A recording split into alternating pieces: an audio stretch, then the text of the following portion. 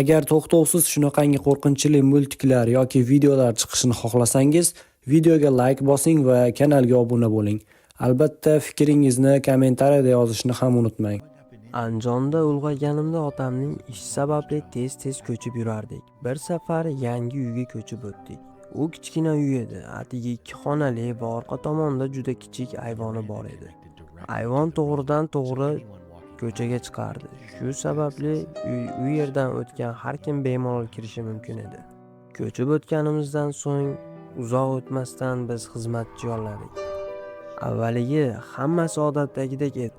Bir kun oyim hammomga kirgan payt xizmatchi g'alati qiliqlar qilayotganini ko'rdi.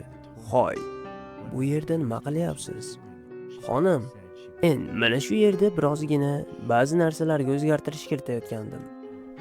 Lekin onam bunga ishonmadi. Uning turishida nimadir g'alati edi. Tushuntirib bo'lmaydigan bir narsa bor edi.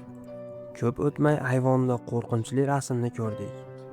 Unda 4 ta qora figura bor edi. Ikkitasi katta, ikkitasi kichik. Bu aniq bizning oilamiz.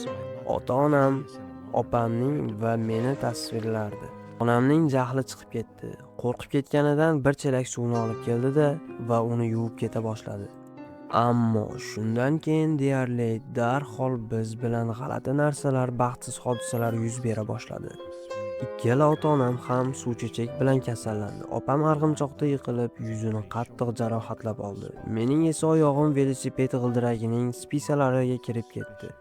Biz uy xizmatchisidan shubhalana boshladik va uning bunga aloqasi borligiga ishonardik. Ota-onam uni ishdan bo'shatib jo'natishga qaror qilishdi. Lekin voqea bu bilan tugamadi. Bir kecha yotoqda yotganimda qornimni muzlatib yuborgan narsani ko'rdim. Uzun dumli, sochi bor edi. Aynan uy xizmatchisiga o'xshagan ayol.